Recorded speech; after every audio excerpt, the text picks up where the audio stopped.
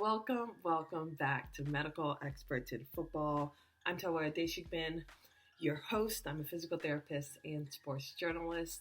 And I know it's been a little while since I had some episodes. I've been in the middle of transitioning to take upon more journalism work. So we're still in the process. But today we have a very special guest. He's a fellow Polish PT. He received his degree in Poland, but he never actually worked in his country until this year to work for a top professional soccer club. Very fascinating to see that he worked in other European countries from Spain, Portugal, Italy, Qatar before coming back to Poland, which makes absolute sense why I had to do a little Poland 101 session with him. Aside from Poland, you're going to hear about his early work experiences starting in Spain to Qatar to work for Aspetar in the Qatar national team, and then obviously to finally return to Poland to work for a top professional football club. And we're also going to speak a little bit about some considerations when implementing protocols as well as eccentric training for athletes. Sit back, and here is Przemyslaw Tokarek. I always like to first open it up because obviously Poland, it's a big country, but there are many smaller cities. And from my understanding, it is a very diverse country. What city would you consider home? And maybe tell me what makes your city stand out or differ from the other cities in Poland. I mean, that's a tricky question right now at the current, situation that I'm at, because as you've probably seen that I'm a head physio of the Pogon Szczecin football club, which is located in a completely different city from the city that I'm from. Or let's say I'm from a small village. It's 40 kilometers away from the city called Poznan. And I studied in Poznan, did my degree, my physiotherapy degree in Poznan. I attended to the high school in Poznan as well. So yeah, we could say Poznan. The city I was born, it's called Shrem. It's a very small city, close to the village where I live. So yeah, but it's anything exciting about it that you would even tell a tourist to visit, or just say past that and go to maybe Warsaw? Or I think our cities in Poland, you have some major cities in Poland, right? Obviously everyone knows Warsaw, the capital. There's Krakow, Gdańsk, Sopot, Szczecin, Poznań. So these cities, they have the tradition, right? They have their history. The city center is always very nice. I mean, I think it's just nice to see the architecture, the people, culture, food, all this sort of stuff. Okay, all right. Yeah. So where should I go? Where should I go if I were to go to Poland like next month? I mean, I would tell you try to visit Krakow. Krakow, the most historical place in our country. It's in the south, right? It's actually where the mountains are in Poland, right? Okay. So I would go to Krakow. Then obviously I would go and visit Warsaw, our capital. Yeah. Where is that house? Obviously it's known because of the communists, but the house that's upside down, is that in one of those cities? They call it, I want to say it's the upside down house. The world's first upside down house is in Poland. Did you know that?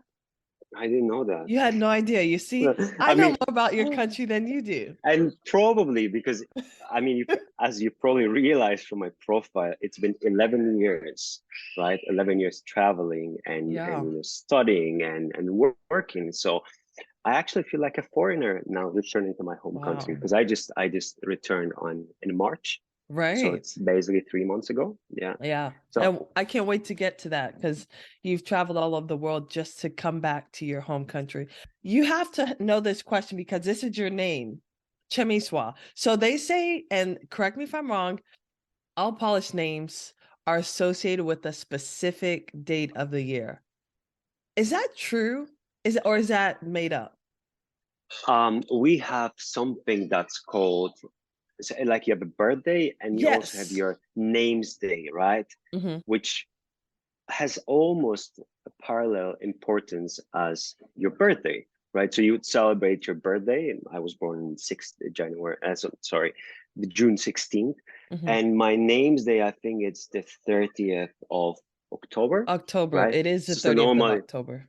yeah, so normally you would get phone calls, some flowers, and some people even do some small celebrations, coffee, cakes, and Okay. this type of stuff. Sometimes even some gifts. So even when you were like out of Poland, like would you still get all those flowers and calls and I mean, my parents would call me and they would say, "Hey, do you know oh it's your name's day?" I normally I'm horrible at remembering all these important dates, right? yeah. Birthdays, names days, blah blah blah, right? So I don't even remember my name day. I just wake up in the morning. There's a message coming from my mom's like, "Oh, that's my name. Cool." So I imagine you don't even know your friend's name's date either. You know they're probably Not the at all. Not at all. okay. Not at all. And it's not like one of these dates where you take off of work, life still happens. No, no. Oh, It's okay. just you feel a bit more special, I would say. Yeah. Well, Yeah. I would love to have a name date to feel Yeah. special. Well, your Yeah. name, it has a special meaning. It means that you're clever. Is that right? Does it? Does it? I mean, I'm so happy talking to someone, who's coming completely from outside, and you're giving me these important inputs. You I know? didn't know. I didn't know. Yeah, you better But ask your parents. They will tell you. Clever and mm, intelligent. So for okay, my guests, we're gonna hear some intelligent conversations this next I couple hope so. minutes. I hope so. You just raised the standard by revealing what my name You know, means. I like to come into the conversations knowing a little bit about my guests, but Okay, apparently I'm teaching you. It's normally the other way around, but that's okay. that's great. Well, That's great. well, I know you've been removed from Poland, and I never like to go away from my favorite topic. It's food. I had one guest who was from Poland, and he talked about loving dumplings. What's your favorite Polish dish when you were like living in that country? My favorite dish in Poland. There's something, okay, that's something, it's called kotlet. It's, I think, the most standard Polish play, which is just uh, like pork fillet with breadcrumbs and some potatoes on the side and salad, right? Very standard, nothing really exceptional. Yeah. Um, that's it. The thing is that since I left Poland in 2011, I became so much influenced by Spanish cuisine, just Mm. Mediterranean, right? Yeah. I also love Italian cuisine because I spent some time living and studying in Italy as well. Mhm. So I wouldn't say that I'm a follower of Polish cuisine. I would never Yeah. actually cook a Polish meal whilst I was abroad because okay, Polish cuisine it's tasty. I believe it's tasty, but it takes some time to prepare, right? So the Mhm. seasoning part and just the entire preparation. I think it's a very yeah, you need to have some patience to cook typical Polish food, right? It's not Oh. fast and it's not easy. So that means that I won't be cooking Polish food because I don't have time. But okay. Basically, yeah. Well, let's get right into it. As you have alluded to, you have definitely traveled a lot more than most people for work. But I want to take you back to the beginning of this journey. What about the human body fascinated you most to even pursue a career in physical therapy? I've been thinking about it, and that's an interesting question. And what comes to my mind is I think because my mom was a biology teacher, Mhm. right? And I think she somehow stimulated in me that interest to a human body and just general uh, understood biology. Then I was always very active kid, and I used to do some other sports that do not appear on my LinkedIn profile. And I always like to ask this particular question to some of the people that start knowing me. Like, try to guess. I'll give you like three trials, right? Try to guess which sport I have practiced in my past, and I even have Mm. two um, vice championship trophies Uh-huh. in my closet. Yeah. Huh. Are they team sports? No, Mm. Track? no. No. Man, you're putting me on the Two spot. two more tries. Y'all don't really play golf in Poland. No. Um, Is it a water sport? No, y'all aren't even a water. Not I really. did practice swimming. I did, yeah, I Oh, did you some did swimming? swimming. I That was did, yeah. one? No, it Swimming? wasn't the one. It wasn't the one. Oh. No. I'll give you a hint. You need to wear something protective on your head in order to practice this sport. Is it like a fighting sport? Like karate? Like There was taekwondo? karate, yeah. Karate is one. Okay. All right. And I'll unveil. So the second one is horse jumping. Horse jumping. Oh, what? That's amazing. Jumping, And then what's the third? yeah. And fencing, yeah. So horse jumping, fencing, karate, like three major sports that I've been doing in my life. Well, I know this podcast is about soccer, but I love horses. I grew up in Mm. Texas, so I'm very fascinated with horses. So how long did you do horse jumping? Precisely, but I think I was like 12-ish Wow. when I started, and it lasted for like 4 years or 5. It's just Oh, that the stables, right? The place was very close to my hometown, 2 kilometers away. So I would just grab a bike and go there in the morning, just go back to my home in the evening. And yeah, that was my first sport. oh, that's cool. So you kind of live in the countryside because it I kind of do. reminds me. Oh, okay, yeah. Because when I I was in do. the South, No, it's kind of country, but I'm a cool. very countryman. Yeah. Very awesome. I remember I was very good and I liked chemistry, right? So Mhm. I was opting out and I had to take the decision whether I'm going to study chemistry or I'm going to do something related to medicine or something medicine-like, right? Mhm. And just remember, I was having a conversation with my godfather, and he said, "Listen, uh, there's this profession, physiotherapy. You know, they at that time I didn't know really well what they do. I knew that they existed, but I didn't know in depth what was actually the role, right? So I was like, that's interesting, and then I just investigated a bit, and then I subscribed. Okay. Yeah. So when you say that you subscribe, what's the process like to become a physical therapist? Or let's not say process, how difficult is getting into physical therapy school? Because in the States, it is very competitive. I mean, your GPA, all your stats need to be pretty good to just get into these programs.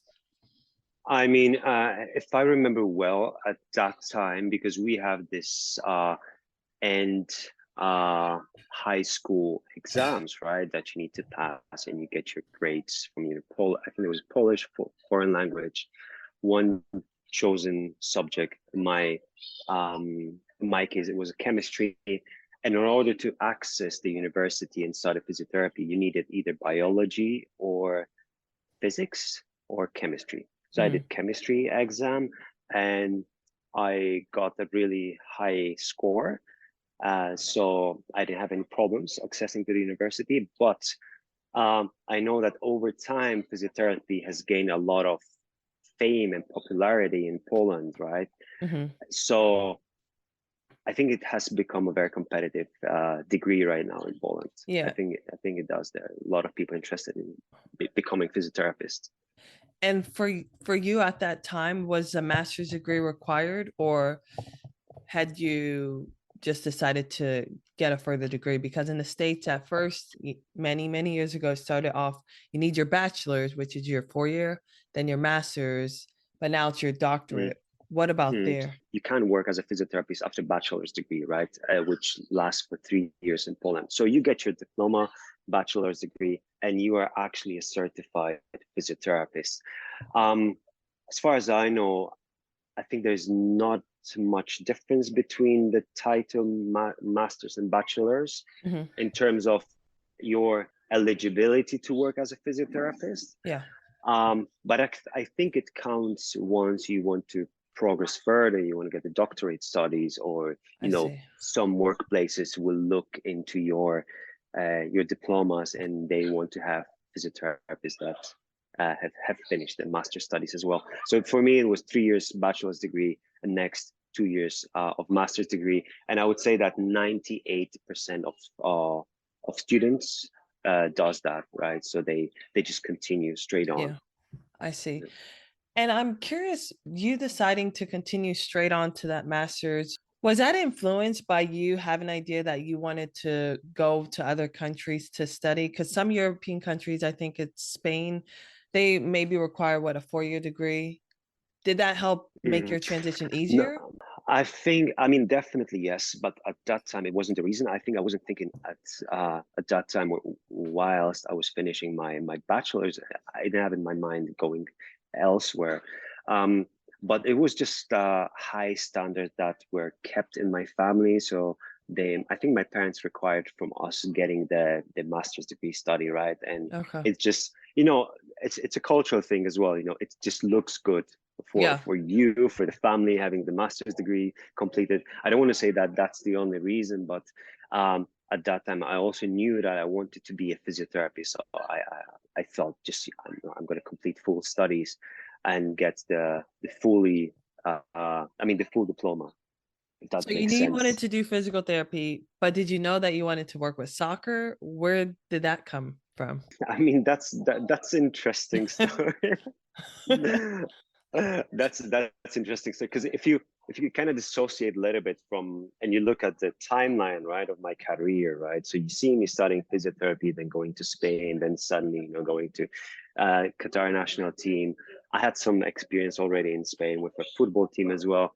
But during the university time, that's the funny part of it. I remember that my friends were literally laughing at me that I had no clue about Polish national team, like literally, Oh, right? wow. But funny enough, 10 years down the line, and I reached the pinnacle, let's say, of what's football, right? Because I Yeah, participated in the World Cup as a absolutely. staff Qatar national team. But I think I've developed that belief that, you know, whatever you put your work, effort, and energy in, you can achieve it, right? So, of course, my friends would look, they would follow games, teams, and on a daily basis.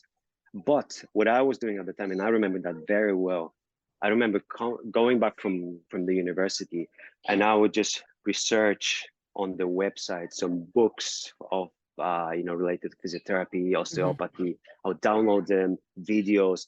Some of them were not downloaded legally, I have to be honest. You know what I mean? Yeah, Back in the day, so you would need this, absolutely. the uTorrent, etc., Mhm. the stuff to download, and I would just learn. I would just keep learning, keep learning, keep learning in my free time, just to become as best as possible at that given time, if Yeah. that makes sense, right? So I think I created that background, right? I've built it some type of like a foundational knowledge about the physiotherapy. Um, it would at that time was more related to manual therapy, but I think we can agree that there's a short line between manual therapy, or short transition actually, from manual therapy to sports physiotherapy, where you work directly with athletes, Mhm. with manual techniques to help them, feel better, perform better, and just, Yeah. achieving better results. Okay. So soccer, though, for you was first introduced when you went to Spain. And Yeah. can you tell me about that Spain experience? Because it wasn't a degree that you got, but you did do some type of, was it a certification of football? Exactly. What was that about? No, so I was invited to give a lecture at that was postgraduate diploma uh, related to football. Hmm. I don't remember exactly the correct name and the translation, but it was something like this, right? Postgraduate diploma applied to football, right? So there would be a lot of strength and conditioning coaches, some physio, even some doctors, right? But at that time, I already developed, I would say, quite high skills in physiotherapy Okay. applied to in athletic background. Plus, I started using a lot of ultrasound in my private practice. I started getting interested a lot about muscle injuries. I was seeing a lot of muscle injuries, and also parallelly, I started working with one third division football team in Spain. So I was the only physio at that, in this Hmm. team. Um, so it was just, I was getting experience, information, and then I was just, putting everything together, and as some people spotted, I think, my talent, and they believed that I could just share my knowledge and share my expertise with others. And I think another point that was interesting, that I was someone from foreign, right? So I wasn't Yeah. local, and Mm-hmm. okay, in that region. And so there's this Polish guy who speaks Spanish. Uh, he has some skills. He's doing well at his private practice, and I think, taking all that, I think just made me being someone I would say attractive to share my knowledge and expertise. Yeah, Yeah. definitely. And at that time, were you pretty fluent in English too? Because your English is pretty darn good. Thank you. Thank you. I started English at I think before I even went to the primary school. Yeah. Wow. So you're fluent English, Polish, Spanish, Spanish, Italian. Italian. I know some Portuguese, and I know some basics of Arabic. I can read, Wow. write, and speak a little bit of Arabic. Man, yeah, I mean, I'm trying to barely learn Spanish and Italian, and that's been a little tough. As a Yeah. journalist, I'm trying to be able to interview people in Spanish because soccer, I mean, obviously, as you know, a lot of yeah, Spanish, but still a work in progress. yeah. Well, how many years in Spain were you there before you made that transition to, and you correct me if I say it wrong, because in the States, everyone's like, it's Qatar, it's Qatar. How Yeah. many years were you in Spain before you made that jump? And how did that even occur, going to a whole nother region? 5 years. Yeah. Let me just speak very briefly about my experience, right? So firstly, I work in a, say, like an athletic training center. I was the only one physio, also helping, some of the customers and athletes, just releasing their pain and their, overload symptoms. Then we transitioned to another training center where I lasted for 1 year. And then with some of my friends, we decided to open our own Oh, physiotherapy and rehab center, very small one in in the Spain, right? in Spain, yeah, in the center of Seville, uh, which is still working, by the way. It's still there. Wow. Um, so yeah, so I was doing that, and that was September, I think, 2010. Mhm. Um, I got a phone call from a friend of mine who is owning a company that provides tools and machines to rehab centers, to athletic training centers, etc. And he asked me, listen, there's this opportunity. I've been asked if I know a physio that would be a good profile to shift to Qatar to join the national team staff, and they were Spanish, right? So I guess the staff at that time, they were researching mostly in Spain. That's understandable because they were looking for someone from their culture, their understanding of football medicine, and I had all of that. Uh, Plus, I think I had, by being not Spanish and having the language skills and my adaptability that I already developed in Spain, I think they believed in me. They just simply thought, okay, it's going to be easier for him to transition since he already transitioned from Poland to Spain, Mhm. right? So of course, once I got this phone call and I was asked, do you want to join the Qatar national team staff? That at that time under 23, I said obviously yes, because I knew that would be a great opportunity. Yeah. Yeah. And now that you mentioned a couple of things about your time in Spain, I want to ask you, so you opened up your own practice in Spain. Yeah. How is that possible? I mean, yes, I hear of clinicians working in other countries, but to do that in a country that you don't necessarily have residency in, was that an Mm. easy transition? How did that work? I mean, I was a co-owner of that company, so I got associated to a group of people. I was basically a family, right? A Uh-huh. family that was looking to build that type of center of business. And my friend, who is now married to a daughter of this family, Oh. let's call it this way, right? As he was the one who said, "Listen, let's do this. They want to involve you in that project, and would you like to do it?" And I said, why not, right? Yeah. So obviously it was much easier because they were already very Okay. skilled, and they had knowledge how to do it because Yeah. they had already some businesses. So from the business standpoint, it was much easier because I had someone from Spain that already knew how to manage business, how to get all the licenses, permissions, etc., Yeah. etc. Right? Yeah. Okay. Yeah. And what, Yeah. just so I make sure I get this right. So Spain, was that the first place you stopped after you finished your schooling? Was that the first Yeah. country? Yeah. Okay. Yeah. All right. And actually, that was the first place where I worked as a physio. Yeah. Yeah. Because Wow. uh, That is incredible. Well, since you weren't exposed to practicing in physical there or as a physical therapist in Poland, it's hard to gauge like any differences that you maybe saw with from Poland to Spain. But what about maybe within your studies? Like, do you remember anything that really stood out that you studied in Poland and you were like, oh, they do things maybe a little different in Spain?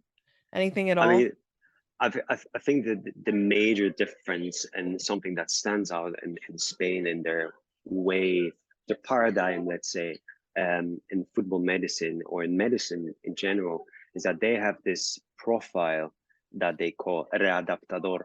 And readaptador is like a link between a physio and strength and conditioning, right? Mhm. So in Poland at that time, I still had remember my mindset. I would believe that probably the athlete just needs some after an injury, right? So a lot of massage, a lot of manual therapy, and just at some point you start running, and at some point you go to the field and Yeah. you do your rehab, right? Uh-huh. But that's because we didn't have any teaching at my university that would go in depth to Right. what are these processes, right? Mhm. So I arrived to Spain and I'm seeing these guys that are doing a lot of fitness work, a lot of strength and conditioning in a very early stages of the rehab or injury, right? With the players that were coming back from certain injuries, Yeah. muscle after surgeries, etc., etc. So so they have very determined boundaries, right? So there's a physio who works initially with a player. Okay, he maybe does some simple activation exercises for specific muscles or joints or something like that. I'm just trying to put everything as simple as Yeah. possible.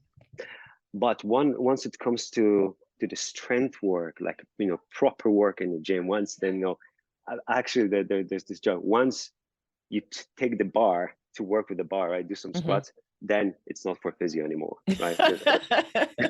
Readaptador steps in. You're not allowed to do anything more than that. Oh my Right? god. Yeah. Yeah. That's Yeah. interesting that you say that because I think, I mean, I was a former athlete, but even as someone who went through a physical therapy program, I think that's a big thing that I always tell people in the States that's lacking is truly the strength and condition aspect, the progression to that point. So honestly, in the States, we have some courses that you can take to really understand prescription and things like that. What did you take to kind of advance your knowledge within the strength and conditioning? I mean, it was just nurturing myself, Yeah. mostly nurturing myself from the people that I worked with, and I think that's also something that helped me to progress so fast and to get my skills so developed because I was surrounded by people that have worked or currently working at one of the top clubs in Europe, right? So my friends used to work for Valencia, Betis Football Club, Seville, Villarreal. They used to work with players from Barcelona, with Osasuna, Yeah. some players that were playing in the Premier League. So they had already a high, let's say, knowledge Oh, related to football, right, and yeah. linked to the highest level. Uh, Wow. So yeah, you got it really good. You got to get a jump start, kind of move along a little faster than most. Even though, some therapists, physical therapists may work in a clinic, do you think that it's necessary for them to still have at least a general background of strength and conditioning, even if they state, hey, I'm not trying to really progress them to a sport? What are your thoughts? yeah. I mean, definitely the answer is yes. I think it's a must and it's vital for them because I mean, just let's take some example, right? Let's take someone comes to you with a grade 1 hamstring injury, right? And you do your massage in your private practice, a personal player feels better. And now what, right? Because it's not only, you don't need to only treat them, but you have to give them some advice, and you have to tell them, because you will be asked, okay, what should I do next when I'm going to be back to play, right? So you need to have this knowledge in order to estimate, how long it's going to take you to get back to play. So I think it's something that has a paramount importance to have this foundations of strength and conditioning. Or it could be a situation where a player comes and he said, listen, I'm going to go to the gym, and can I do this? Can I do that? And you have to tell him, no, don't do this, or be careful with this exercise, or do it only, until this angle of knee flexion, whatever it is, right? Mm-hmm. So yes, the answer is definitely yes. Okay, let's jump right into it. You talked about your experience in Spain, but then you got the call for Qatar and you couldn't say no. 2017, right? Just 6 years ago. You also worked for Aspetar. So can you tell me what came first? Did you kind of start working at Aspetar? So let me put it simple, because it's just, we just have to understand how it works. So Aspetar is like a hub, right? Responsible of entire, let's say, sport medicine in Qatar. So we were employed by Aspetar. Mm-hmm. So as medical practitioners, some of the nurses that work in Qatar, but all of the physio staff and doctors that work in sports or in the clubs or federations are employed by Aspetar, right? Okay. So I was an Aspetar staff, okay? But say I was on service for Qatar national team. So we had our separate offices, right? It was a separate building. Actually, it's where the Aspire Academy is, the big building. Exactly.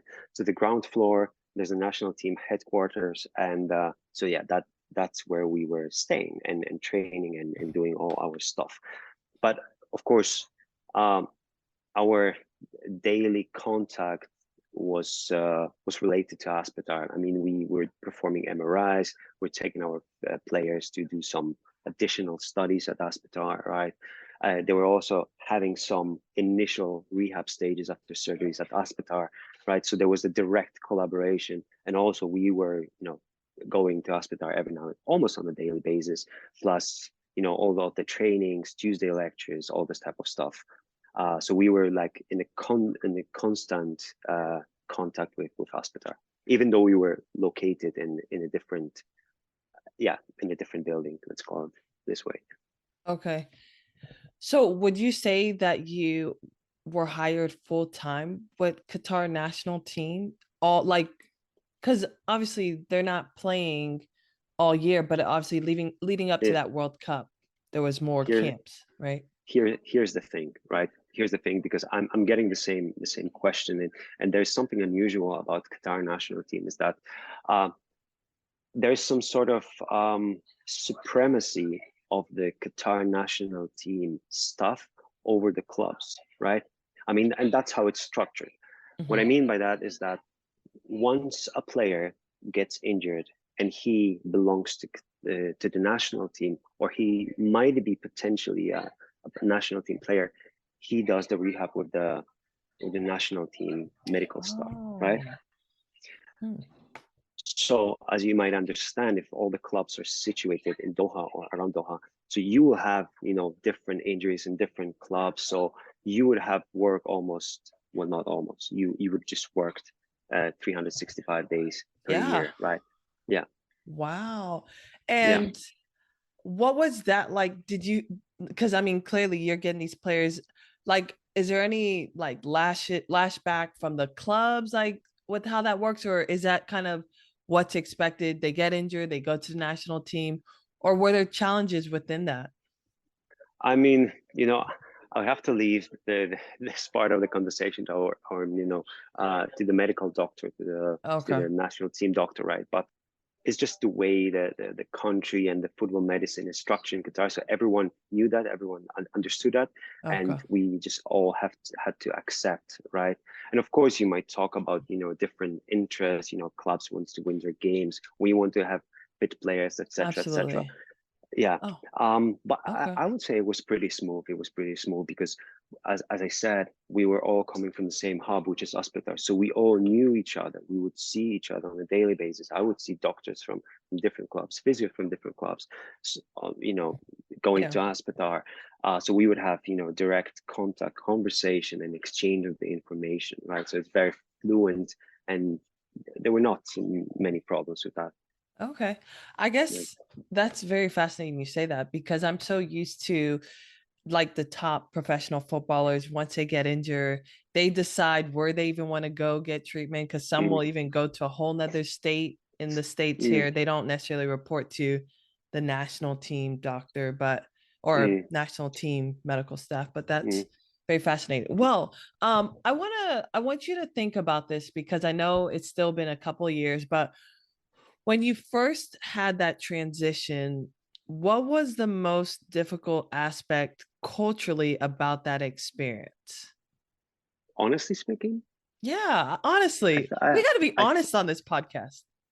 you know what? There wasn't anything difficult for me. Oh, I remember being so hyped and excited about about oh, the change, and just embracing the culture. And of course, you will notice certain differences, but I think I need to demolish this common belief that, in our Occidental world, where we hmm, think that, Middle East is this and that, or there might be some, some struggles, and it's nothing like that. I mean, yeah, of course, there are things that you have to respect because they have their religion, their culture, hmm, which is has a very big importance in a daily life, right?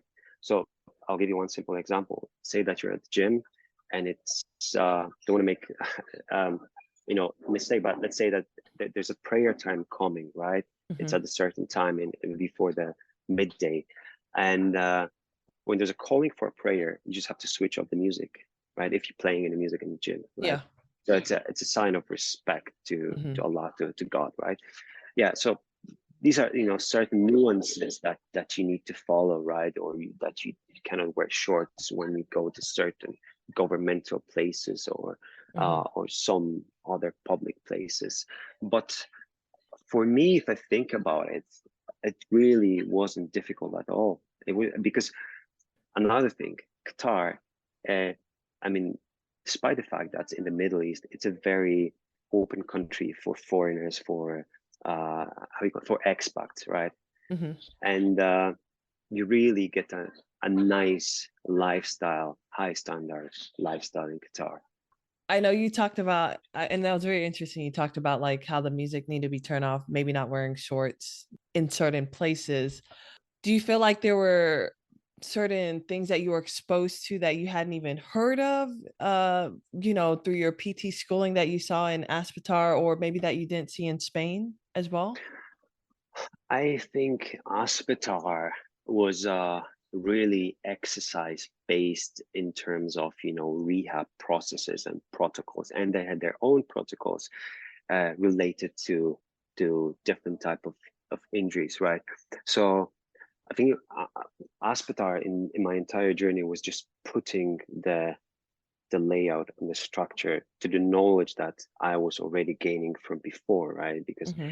um, they have their investigation department, and I mean research department, right? So they spend a lot of time investigating, researching, and try to put some uh, protocols related to, as I said, right, to Yeah. muscle injuries, ACL injuries, etc., etc.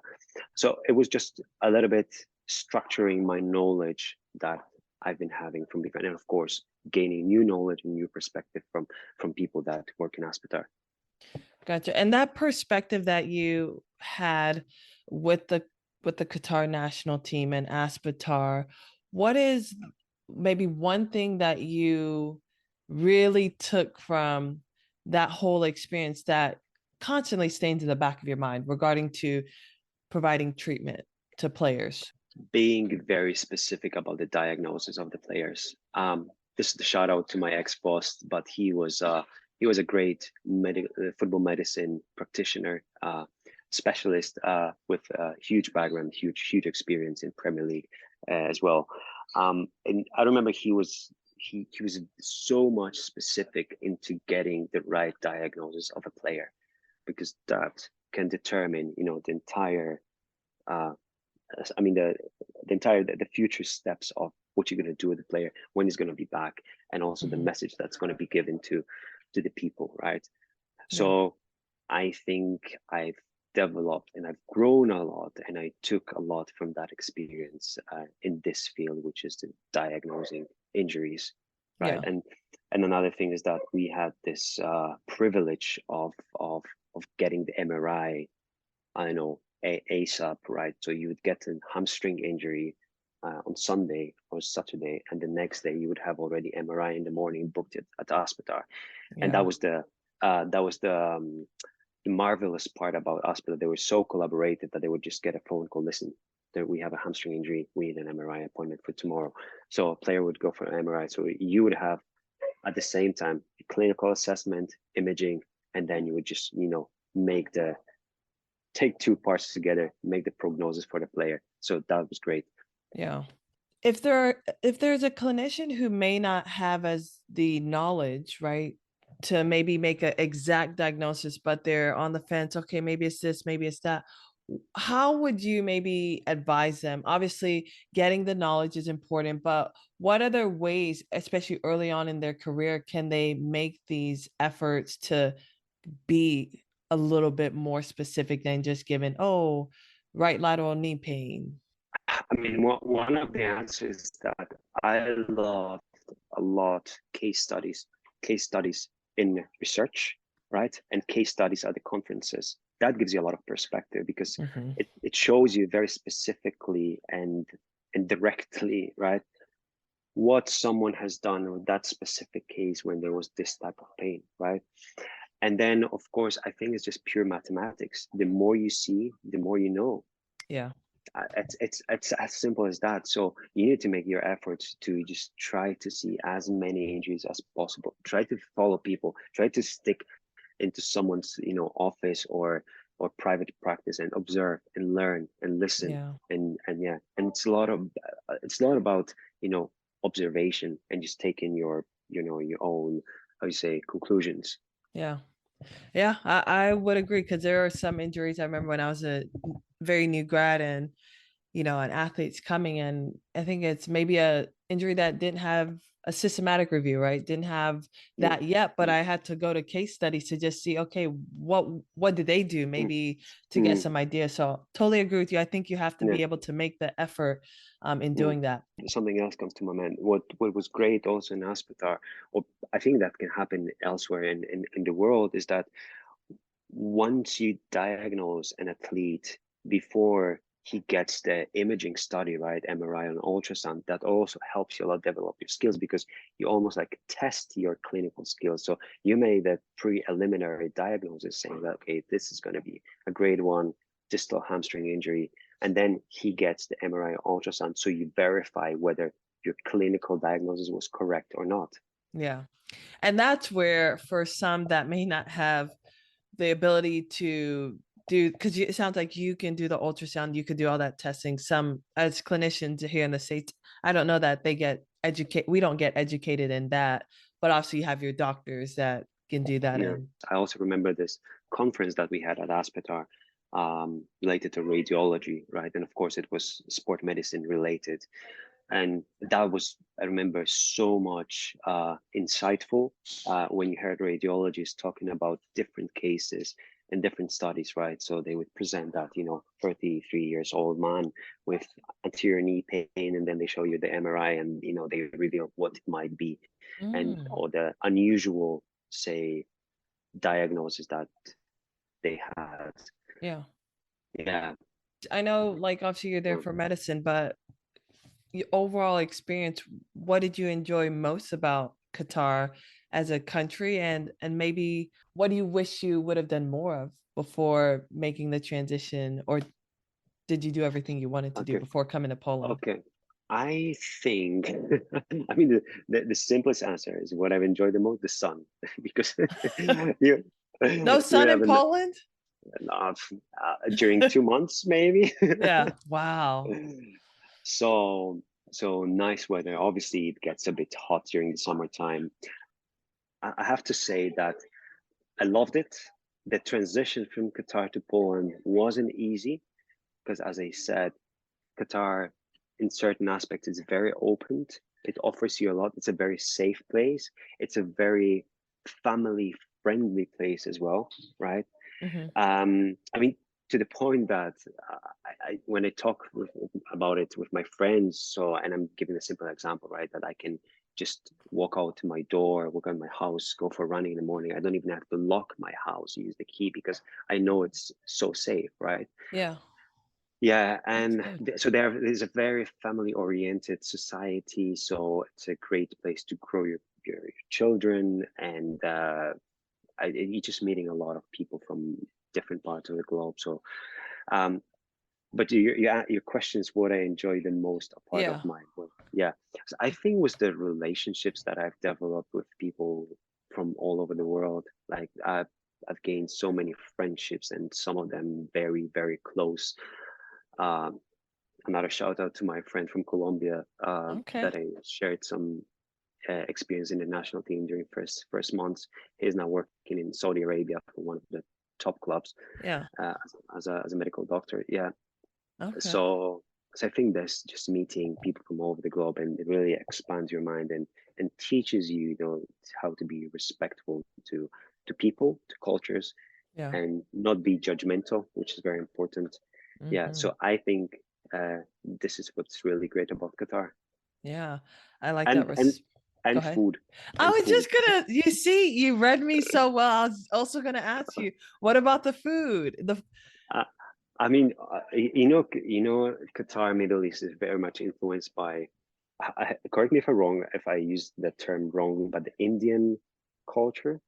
Uh-huh. Yeah, yeah, I would say Indian, yeah, Yeah. right. Indian? But you have cuisines and restaurants from like all over the All globe, over. really, all over. And I used to enjoy a lot food from Turkey, Afghanistan, Yeah. Pakistani food, Yeah. it's very tasty, grilled. Qatar has great cuisine as well. I would really go crazy about hummus, and I would have hummus almost Hummus. Okay.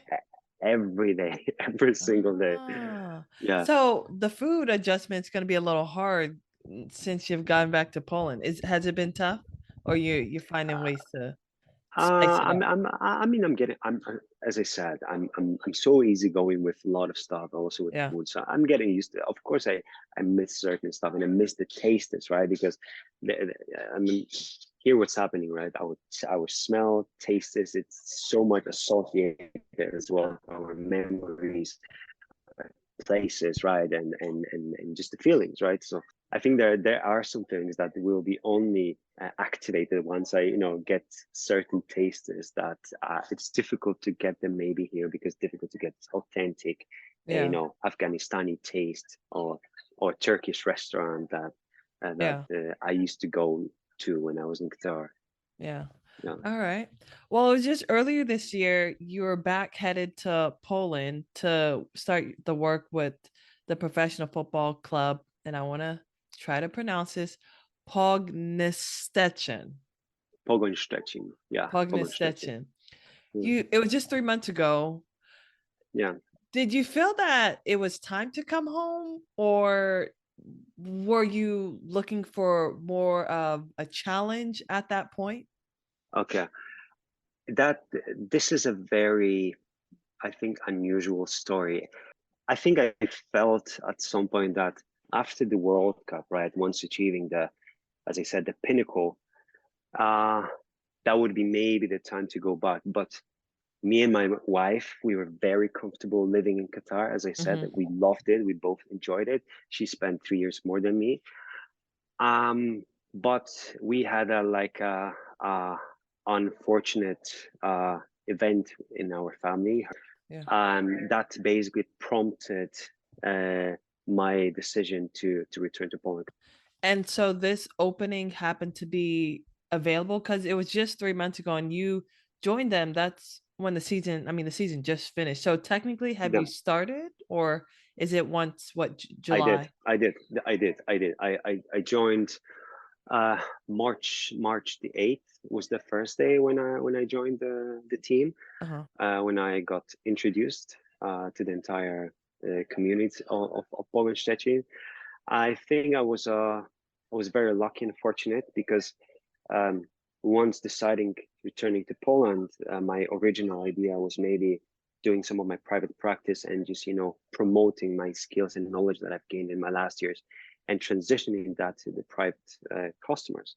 But once it was going closer to the date of resigning, I felt like I don't want to leave the football world because I fell in love with it so much, with the emotions, the game, and being part of something bigger, a dream.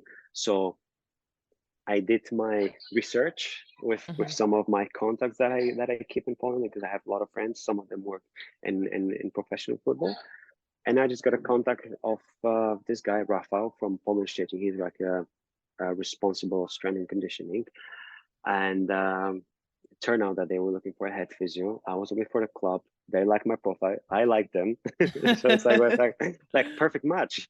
Oh wow, that's amazing. So it's a lot of the connections that you've built over the years that really helped open this door for you. Yeah, I mean that's here's the thing, because I'm being asked sometimes like what's important really, like to gain some success, but I'm only telling that from my personal story. I guess there are many ways and routes to success, but a part of you just trying to be as best as possible in your craft. It's also developing connections and just communication with people, and because I wouldn't have achieved and I wouldn't have been in the places that I've been if it wasn't for the people that trusted in me and they believed in me. So there are many persons along my journey that helped me to be in certain places, right? So I have to just give a big shout out to all of them. And because there are numerous people that really helped me a lot. So it's also being grateful for what they've done for you. Yeah, and it sounds like you were very proactive in getting these connections, but at the same time, there had to have been something that you maybe had to trust yourself on early on in your career when you're trying to be the best clinician. What area as a clinician did you need to build that trust? And the funny thing, now I'm going to uncover myself and I will tell you something very honest. Yeah, because I think the something that I struggled the most of, and I mean the most in my life, is trusting myself fully. And I've been told that by some people that know me really well in depth. They would keep telling me, Tokarek, just trust yourself, just trust. Yeah. And here's funny, and I think that on the flip side, maybe that is the reason. I think it is one of the major reasons why I tried, and I just try to develop my skills as much as possible and becoming the best, because you're constantly lacking trust. So you try to gain as much knowledge as possible to build almost like an armor of knowledge and experience, right? So like to elevate and uplift you. Yeah, you know what I mean, right? I absolutely know what you mean, because and it's like you can actually be very good, like even as an athlete, be very good, but then it's just like you still feel like you need to learn this a little better in order to be to train harder. So I do think to some extent it helps you, but at the same time it kind of can almost make you feel like you're never good enough. Well, how did you get that trust? Was it people around you just saying trust yourself, or did you kind of have to sit yourself down and say, hey, I know this, I got this? What did you have to do internally? So there's this thing. I mean, I love this guy from States. I don't know if you ever heard of him, David Goggins. He's like the David. I love him. He's motivational. Yeah, exactly. I would literally spend hours and hours listening to him. Just as he says, I spend hours and hours running. And he talks about this cookie jar, right? So just reminding yourself where you're coming from, right? So sometimes, when I reached the point where I was like,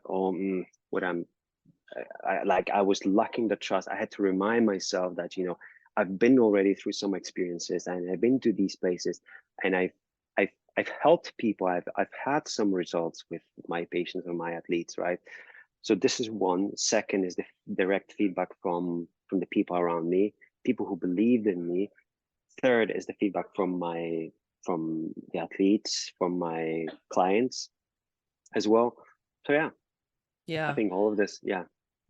Yeah. I mean, I think I was that person, and I'm not saying I don't have struggles now, but even initially, I would want feedback, but sometimes early on, it's like I felt like the feedback, I almost felt like I still wasn't good enough. But I think, like you said it, and as you get older, you get more mature, you see that the feedback is there to help you. But I know even me, as someone that strived to be really good at everything I did, when I was very, very young, when I would get some feedback, it's like I'd be like, okay, but then I'd be like, dang, I suck, things like that. But I think when you're Yeah. able to get that constructive feedback and use it to advance. Yeah. Well, Yeah. I know we're running out of time. So what's the day like? You're going to be traveling with the team. How would that look like? So I can talk about my day, my standard day based Yeah. on experience that I've had already, because I joined, as I said, in March, and it was like, full in, Oh, right? okay. So I jumped into the train that was already moving fast. Yeah. So I've traveled already with team. So my responsibility is match coverage, of course, traveling with the team, being during the games, but on a daily basis is just, first of all, the communication, right? It's direct communication with the technical staff, giving them feedback on a daily basis about the player progress and about the current issues that we might have, right? Mhm. Also diagnosing the players, because we work with a physician. Is another shout out to him. Bartek is a great surgeon, and he comes twice per week. So obviously, if someone comes twice per week, there's some gaps, right? When we have training session, he's not there, so the responsibility is on me to diagnose it, or to do like a preliminary diagnosis. And if I have any sort of doubt, or I don't know, or say that I have some suspicion, then I send the player to the doctor, and he's getting some further studies done. And just another thing is just having control over the rehab processes. And here is like, I really feel that I can put into practice experience that I'm bringing from Qatar, from Aspetar, and the protocols that they've used, and the protocols that are being used in the football medicine, and everything that we've done in the national team, because we played many competitions, and we've been pressured by the time as well during these competitions. Sometimes there were very short periods of time in between one match and another. So of course you try to get the player in the safest way possible return to full performance, right? Mhm. Yeah. And I'm curious, is it just one physio there? Or are you the only? I can't imagine, but are there? No. Obviously there are other strength and conditioning for sure, right? How many? So we have currently, there were three physios. One of them has ended the collaboration with the team right now after the season ended. So there's going to be three of us right now, Okay. including me. One doctor, two strength and conditioning coaches, yeah, some video analysts, and of course the part of Okay. the technical stuff. Yeah, and Okay. it's just I love the fact that it's so nice to work with them in terms of understanding each other, and they are so open as well um, to my ideas, to my expertise, and to my decision making. So it's That's great. cool. It's great. Yeah. Yeah. And you talked about how you brought some obviously aspects from Aspetar, like regarding to protocols. I want to get your opinion because certainly we have protocols and certainly every player differs. But how do you balance it out? Like you have a protocol and you have this injury and you're trying to stay not like right to the protocol, but you're noticing maybe an athlete is just he's not necessarily meeting these milestones that maybe a protocol states. How do you handle that as a medical staff? Like, Yeah. what's the important part of the protocol, whether these are milestones, time frame. I'm using protocols just as I mean, let's say like in the background, just as Mhm. some sort of inspiration. I'm not applying them strictly to our rehab processes, right? Yeah. I think, as I said, by being in an environment where we travel, we play competition, very short periods of rest time in between games or semifinals, right? You have to sometimes, bend the bend the physical reality and the protocols. They must be flexible. Otherwise, the work in football medicine would be impossible.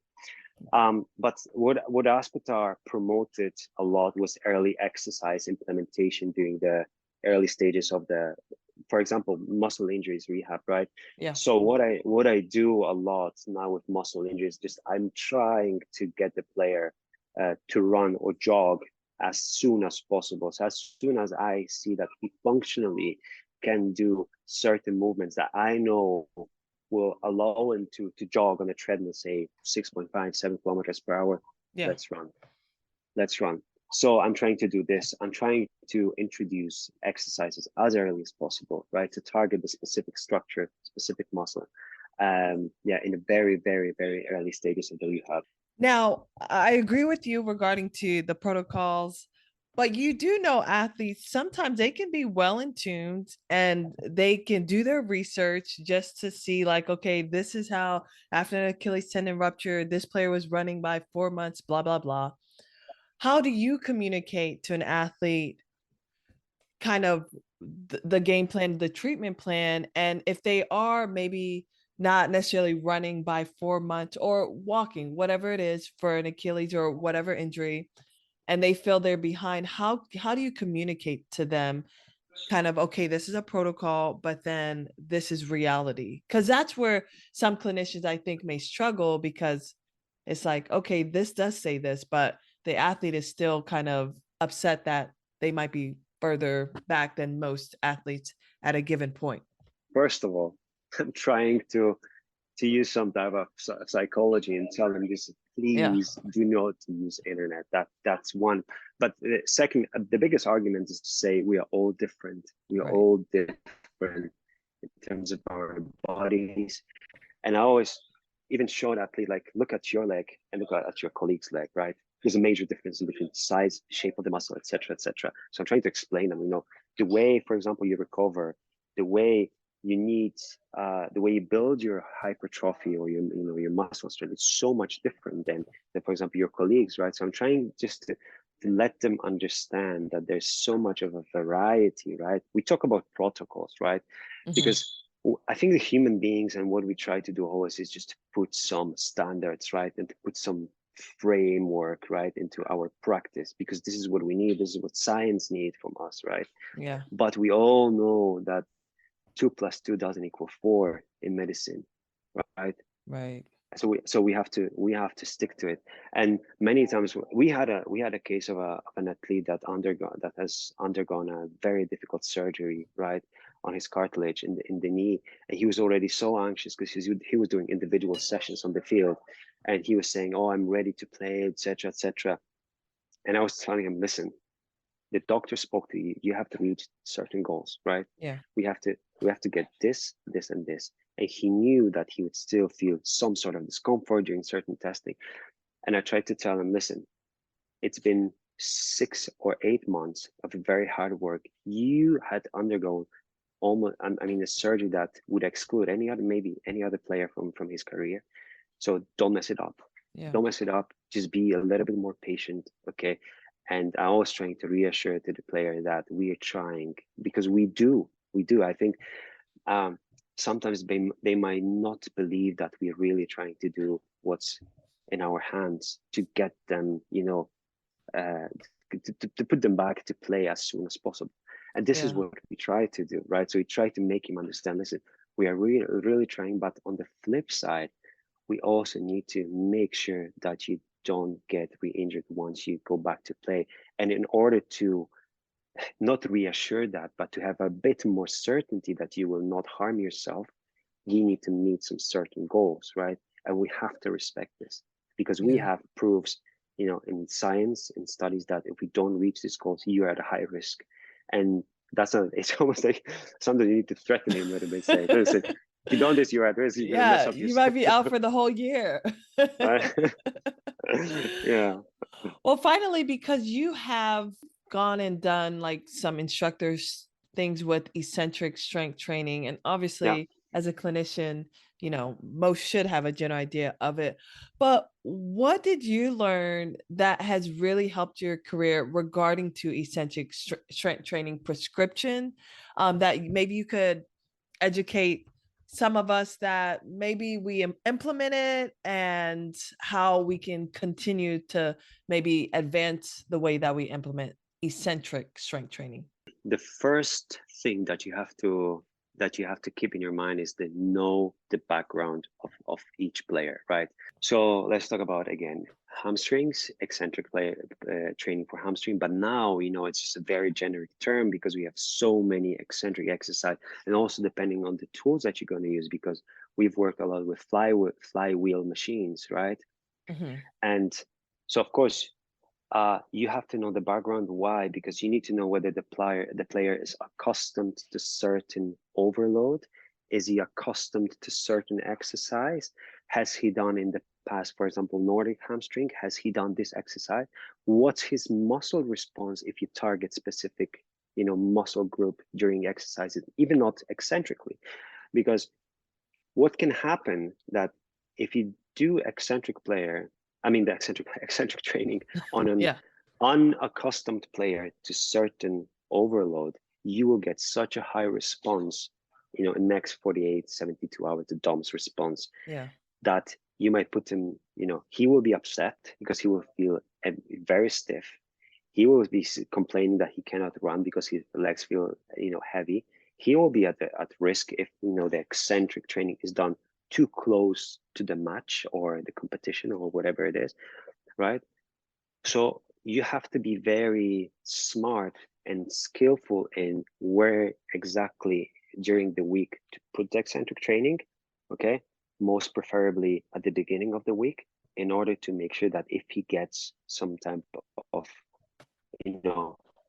high response to the Yeah. overload, okay, then he has some time to recover. And another thing, it's almost like a test, because you need to, if you don't know the player, you need to test them a little bit. So I wouldn't do at the beginning, if I get a player that I don't know and I want to work on his hamstring, I wouldn't go more than, for example, 4 sets of some eccentric training for a specific muscle group. And then I look at the response, in the following 2 days, and I see, okay, he hasn't had such a bad response. Let me introduce more sets. I'm going to build up to 6, 7, or I'm going to Mhm. introduce another exercise. Okay. And this way I make sure that the player will not get this, unwanted response. Gotcha. So you talked about regarding to prescribing it in season. What about versus out of season? Say there's no matches at the end of the month. We don't, so for example, our players, they're having 3 weeks off, right? And just this week they're gonna start some individual, they have the generic part that Mhm. everyone does, some just upper body, lower body stuff. And they are also divided into separate groups. We call them groin, knee, ankle. So they have some specific exercises to activate the muscle groups or the region Muscle of our activation. bodies. Yeah. But I collaborate with the strength and conditioning coaches to design these exercises. There's not a lot. There have been, I think, 3 exercises with some elastics, and mostly based on concentric, isometric overload. So I'm not looking to implement eccentric if I know that they are coming from off Okay. period and they're coming fresh, quote Yeah. unquote. Yeah. Yeah. You know, Well, what do you think is the biggest mistake? And obviously, we all make mistakes, but what do you think is maybe a common thing that you may hear or you've seen regarding to eccentric training that maybe you can kind of speak about? So you have several things like in all of the exercises that you can modulate, right? Which is the overload, which is the range of motion, the velocity of the execution, repetitions, sets. I don't think that there's such a big issue with sets and repetition, which, if you do too much, of course, you're going to get bigger response. Yeah. But I think is the velocity of the exercise, of the execution, and also the range of motion, right? So if you're working with a, say, freshly injured hamstring, and you tell him, doing some hamstring on the slide board, and go full on into the extension, and the player will trust, okay, let me just extend my leg, right? That's an injury And there. if he does it too fast, Yeah. then we got a problem. Right. So always, you do the eccentric, start slow, do not take any extra load, okay? And then you build up the velocity, and then also you start playing a little bit with the range of motion, right? Because also with eccentric training, the more, say, you open, the bigger risk for the muscle injury. Yeah, that's some good advice. I really like that. Well, you have literally been at the highest level, like you mentioned, with the Qatar national team. How does that make you feel looking back on your career? And even though you are gone from Qatar, what do you think you're going to remember most about that World Cup experience? It's funny but so my son Mikhail's, every time he switches on FIFA and he puts the FIFA World Cup mode on, there's this music, right, for FIFA. Mhm. I always get almost like goosebumps, because it Aw. reminds me our entire, the moments after the game, recovery processes, watching the games with our players, Yeah. us going out to warm up, seeing the stadium packed with people, and just the entire buzz of the World Cup, right? Yeah. That was great, and to be just stepping on the same grass where most famous athletes would be, like, we played against Netherlands, and there was Van Dijk and all these type of Yeah. players. That's amazing. But I think most likely the experience that was last the longest in my mind is when we won the Asia Cup in 2019. Mhm. That was massive. That was massive for Qatar. It was massive for the entire history of this country and Yeah. sports. I think that was, I'd say, one of the biggest, or the biggest achievement in Qatar sports. Um, so yeah, just winning the Asia Cup, beating Japan 3-1 in the Yeah. final, was unbelievable. Unreal, yeah. And Uh, remind me, that was that the first time? Or no, Qatar has won that Asia Cup before, right? yep, yeah. Okay. The under-19 Oh, team, but yeah. yeah. Oh, right, exactly. So Felix Sanchez, right, the former coach that I worked with, he won with under-19, Yeah. and then he won with the first team. And of course, as you can imagine, in football, unfortunately, but uh, the achievements with the first team, with the senior teams, have much more impact and Absolutely. importance than with younger ages. So yeah, that was great. And then Yeah. our entire journey back to Qatar and being received by Emir at the airport was, undescriptible. I bet. My Yeah. goal is to work as a sports and injury journalist in the World Cup. So I have not yet got the goosebumps being there physically, but when I watch it on TV, it definitely gives me the chills. Well, Yeah. what more do you hope to accomplish? And what is one piece of advice you could give maybe an early clinician who wants to get into maybe high level professional football? You've already gave great advice regarding to networking connection. Is there any last thing that you'd like to also mention? It's a simple advice, but just keep pushing, right?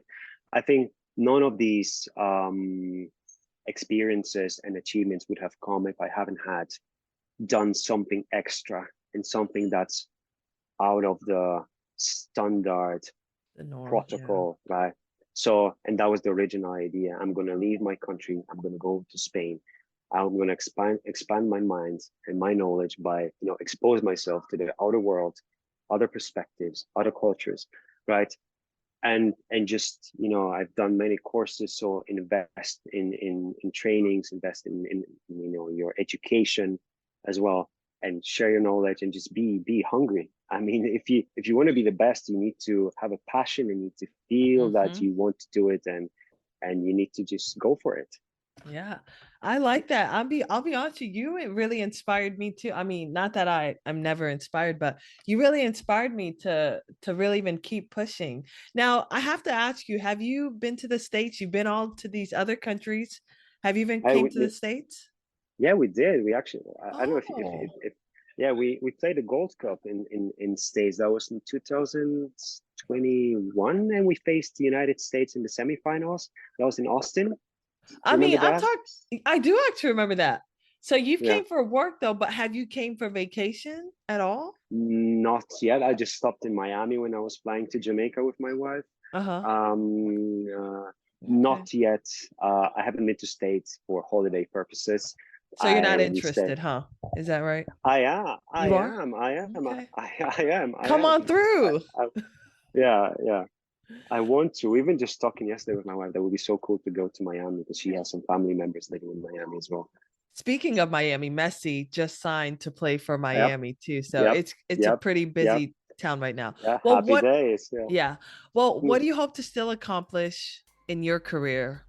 I think the next goal is to start sharing my expertise, my knowledge, and start teaching people. And I mean, I've done that in the past. I've done, I trained, I gave some lectures, but I think right now I'm really prepared to do so. And I think that's the goal that I have. And as well, with Pogon Szczecin, help them, to get the trophy, to get the gold medal in our league. That would be massive. That would be amazing. So I think these two things would be great. Well, great. Well, thank you so much. This was wonderful. You're a very great interviewee, by the way. I felt humbled and privileged to be a part of this podcast because I think this podcast and you interviewing me and you reaching out to me, showing my lack of trust that, listen, you've done something. No, I appreciate it. And yes, all my podcast guests, y'all have done a lot in the sports medicine world. So I like to get you on because everyone else wants to pick your brains as well. Always a pleasure to hear the many that tune in to medical experts in football. I appreciate you for listening. Do me a favor, rate and give me your thoughts. Check you later.